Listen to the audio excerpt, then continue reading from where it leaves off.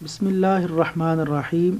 حضرت علی بن ابی طالب رضی اللہ عنہ کی زرہ ہو گئی۔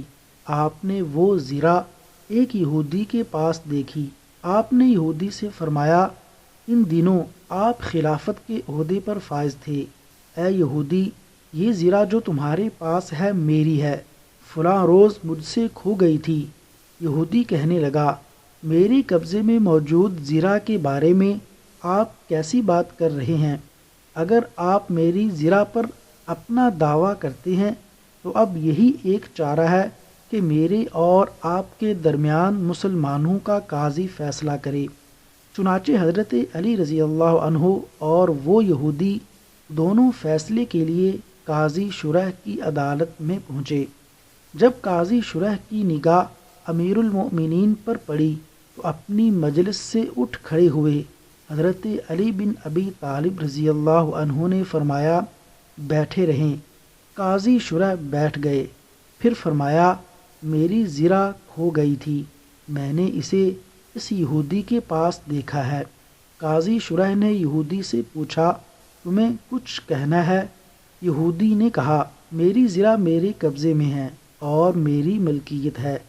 قاضی شرح نے زرہ دیکھی اور یوں گویا ہوئے، اللہ کی قسم اے امیر المؤمنین، آپ کا دعویٰ بالکل سچ ہے، یہ آپ ہی کی زرہ ہے، لیکن قانون کے مطابق آپ کے لیے گواہ پیش کرنا واجب ہے۔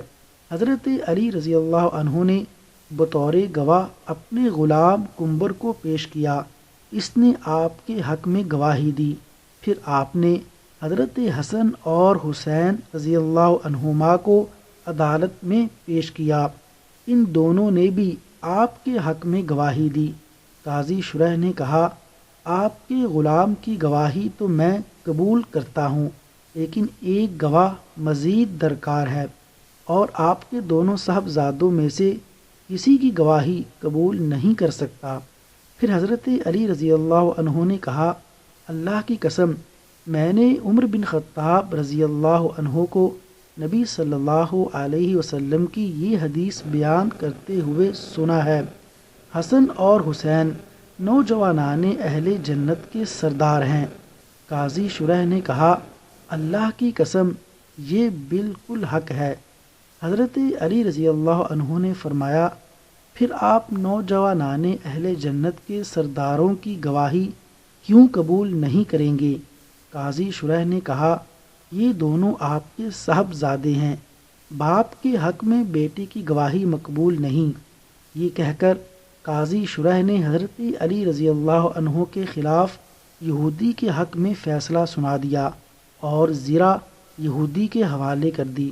یہودی نے تعجب سے کہا، مسلمانوں کا امیر مجھے اپنے قاضی کی عدالت میں لایا اور قاضی نے اس کے خلاف میرے حق میں فیصلہ صادر فرمایا، اور امیر المؤمنین نے اس کا فیصلہ بلا چوں چراں قبول بھی کر لیا۔